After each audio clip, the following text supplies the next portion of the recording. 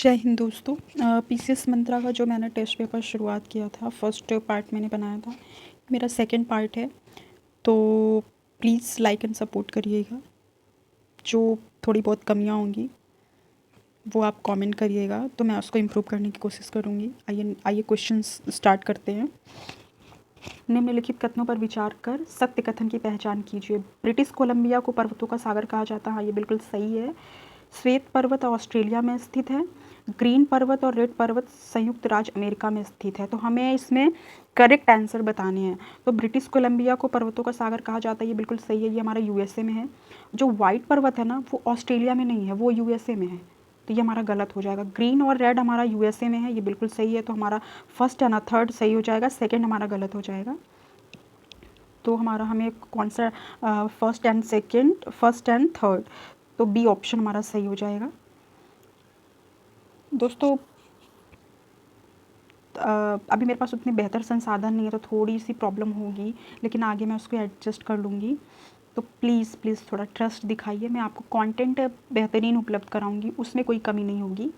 संसाधन भी धीरे धीरे एडजस्टेबल हो जाएगा आगे। तो प्लीज़ प्लीज़ प्लीज़ सपोर्ट करिएगा। आइए नेक्स्ट क्वेश्चन देखते हैं। सूचियाँ हैं, इसको मिलान करने के लिए है। तो हमारा सोनरन जो है हमारा, इसमें कौन सा ऑप्शन है? तकला मकान हमारा चाइना में है। और गिप्सन हमारा ऑस्ट्रेलिया में है। तो हमारा सी का थर्ड कहाँ पे है? और डी का फोर्थ, सी का थर्ड।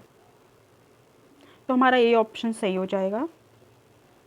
ए ऑप्शन हमारा सही हो जाएगा। हमारा सोनरन जो है यूएसए में है, और आटाकामा हमारा दक्षिण अमेरिका चिली में है, और तकला मकान चाइना में है। गिप्सन हमारा ऑस्ट्रेलिया में है। तो हमारा राइट ऑप्शन हमारा, एक सेकेंड दोस्तों, हमारा राइट आंसर हमारा क्या हो जाएगा? हमारा ए सही हो जाएगा। सोनरन हमारा यूएसए में है, आटाकामा हमारा दक्षिण अमेरिका में है, तकला मकान हमारा चाइना में है, गिप्सन हमारा ऑस्ट्रेलिया में है। आइए दोस्तों नेक्स्ट क्वेश्चन देखते हैं। निम्नलिखित कथनों पर विचार कर सत्य कथन की पहचान करनी है। तो जो हमारा उत्तरी अमेरिका का सुपीरियर झील का जो प्रमुख क्षेत्र है, वो लौ अयस्क के लिए जाना जाता है। हाँ, ये तो बिल्कुल सही है। और नॉर्मंडी फ्रांस का एक प्रमुख लौ अयस्क क्षेत्र है। और किरूना यूक्रेन का प्रमुख लौ अयस्क क्षेत्र है। तो हमारा इसमें फर्स्ट एंड सेकंड सही हो जाएगा, क्योंकि ये जो किरूना वाला क्षेत्र है, ये किरूना यूक्रेन का लौ अयस्क क्षेत्र नहीं है। ये जो किरूना है, ये स्वीडन का क्षेत्र है। तो ये हमारा गलत हो जाएगा। नॉर्मंडी फ्रांस का एक लौ अयस्क क्षेत्र है। ये सेकंड तो हमारा सही है। फर्स्ट भी हमारा सही है, जो सुपीरियर झील का आसपास का क्षेत्र है, जितने की सुपीरियर ह्यूरन, ईरी, ओंटारियो, जितने भी क्षेत्र हैं, Michigan, Superior, Michigan, Huron, Erie, Ontario, जितने 5 लेक्स हैं, तो वो लौ अयस्क के लिए फेमस है, इसलिए हमारा थर्ड गलत हो जाएगा। आइए नेक्स्ट क्वेश्चन देखते हैं। जुलू जनजाति का मुख्य निवास स्थान कहाँ है? तो इसका मुख्य स्थान दक्षिणी अफ्रीका में माना जाता है। ये माना जाता है कि जो जुलू जो है दक्षिण अफ्रीका में सबसे बड़ा जाति समूह है। और 20 सेंचुरी में ये लगभग 9 मिलियन लोग थे, लगभग 90 लाख जुलू निवास करते थे। सबसे बड़ी जनजाति मानी जाती है जुलू। और इसके बारे में मैं बता दूं, ये खाद्यान्न उत्पादन, कृषि, पशुपालन, इसके लिए ये इनका मुख्य पेशा है। और ये जो जुलू है, जो दक्षिण अफ्रीका में के जो जनजाति, जो बहुत बड़ी जनजाति है, ये क्रिश्चियनिटी पे विश्वास करते, ईसाई धर्म पे। आइए नेक्स्ट क्वेश्चन देखते हैं। अफीम उत्पादन के लिए विश्व प्रसिद्ध स्वर्णिम त्रिभुज की अवस्थिति कहाँ है? तो ये हमारा दक्षिण पूर्व एशिया जो है, म्यांमार, जो दक्षिण पूर्व साउथ ईस्ट एशिया में जो हमारा म्यांमार, लाओस, थाईलैंड है, इसको माना जाता है कि ये एक गोल्डन ट्रायंगल के रूप में यहाँ पे अफीम के लिए बहुत इतनी तस्करी होती है ना। ये जो लाओस, म्यांमार और थाईलैंड है, तो यहाँ पे तस्करी के लिए बहुत फेमस है कि अदर कंट्री से लोग आके यहाँ पे यहीं से घुसपैठिए भी इंडिया में एंटर करते हैं। हमेशा ये विवाद का विषय रहा है। तो इसलिए हमारा ये जो हमारा ऑप्शन है, ये साउथ ईस्ट एशिया सही हो जाएगा, दक्षिण पूर्व एशिया। तो आइए नेक्स्ट क्वेश्चन देखते हैं। निम्नलिखित फसलों में से कौन सी फसल एनर्जी क्रॉप्स की श्रेणी में नहीं रखी जाती है?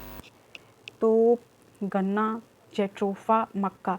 तो एनर्जी क्रॉप्स मतलब होता है कि इससे जो वो पेट्रोल ईंधन का जो ये काम करता है, लेकिन ये जो कपास है ये इसको इसमें नहीं यूज़ किया जाता है।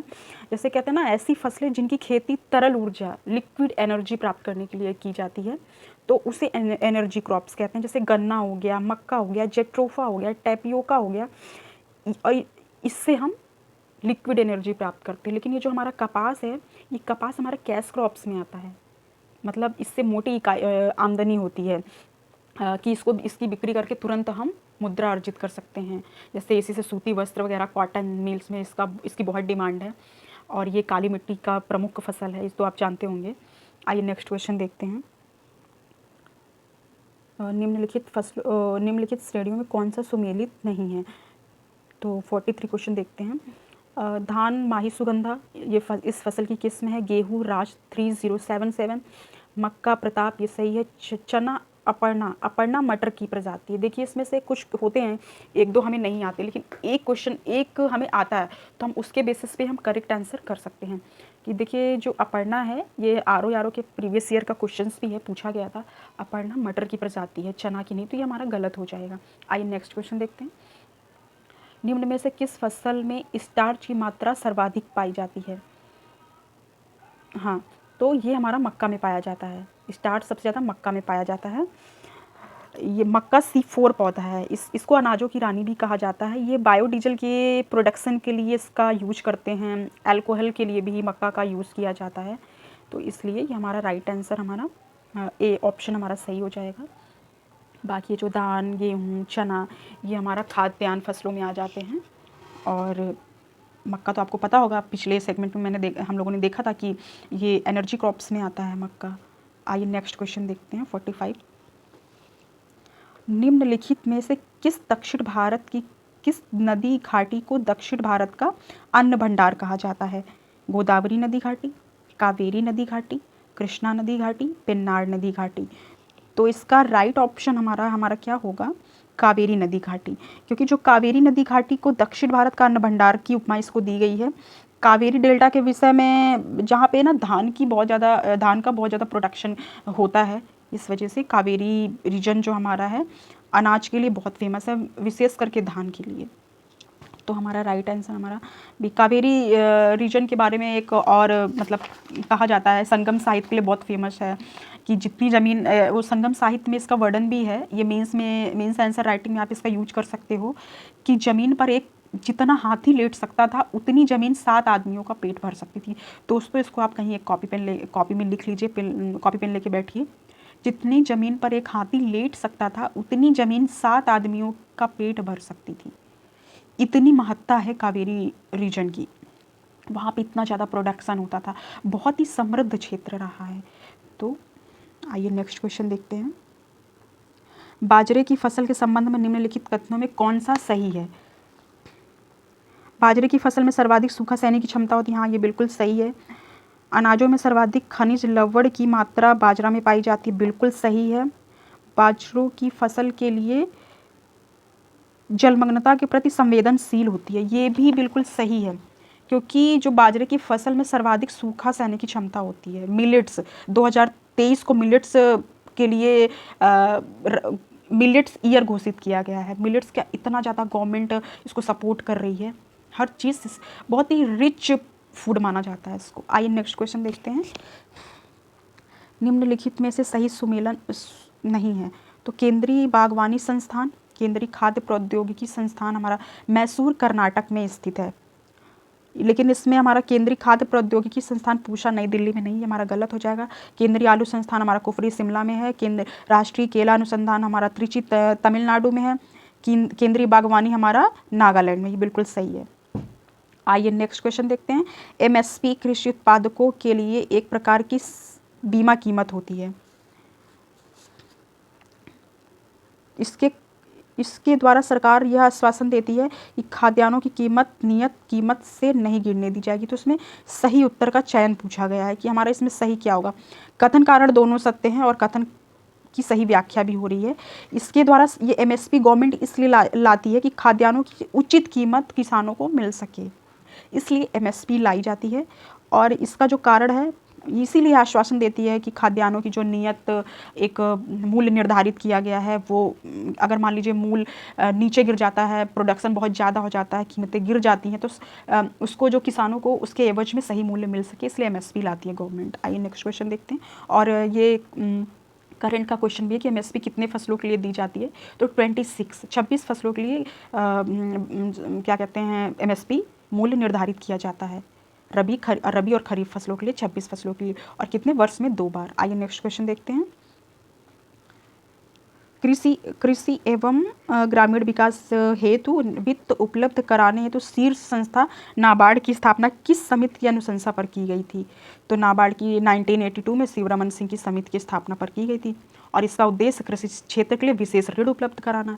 तो हमारा राइट आंसर हो जाएगा ए ऑप्शन, हमारा सही हो जाएगा। आइए नेक्स्ट क्वेश्चन देखते हैं। मिश्रित खेती से क्या तात्पर्य है? फसल उत्पादन के साथ पशुपालन, कई फसलों के साथ एक उत्पादन, ए और बी दोनों। तो हमारा राइट ऑप्शन हमारा हो जाएगा फसल उत्पादन के साथ पशुपालन। मिश्रित खेती का जो मेन कॉन्सेप्ट यही है कि एग्रीकल्चर प्लस पशुपालन दोनों को मिला करके हमारा मिश्रित कृषि के अंतर्गत हमारा आ जाएगा। इस प्रकार की खेती में पशुपालन और फसल उत्पादन एक दूसरे पर पूर्णतः निर्भर रहते हैं। आइए नेक्स्ट क्वेश्चन देखते हैं। सही सुमेलित नहीं है। पीसी कल्चर व्यावसायिक स्तर पर मछली उत्पादन, मेसी कल्चर सब्जियों का उत्पादन, स्टॉक फार्मिंग पशु प्रजनन फार्म, विटिकल्चर अंगूर की खेती।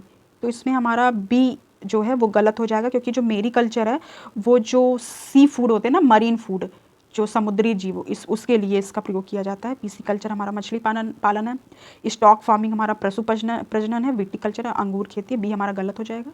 मेरी कल्चर हमारा जो है मरीन फूड्स होते हैं उसके लिए होता है। आइए नेक्स्ट क्वेश्चन देखते हैं दोस्तों प्लीज़ मेरा चैनल सब्सक्राइब और लाइक कर दीजिएगा, इतना सपोर्ट कर दीजिएगा प्लीज़। Thank you so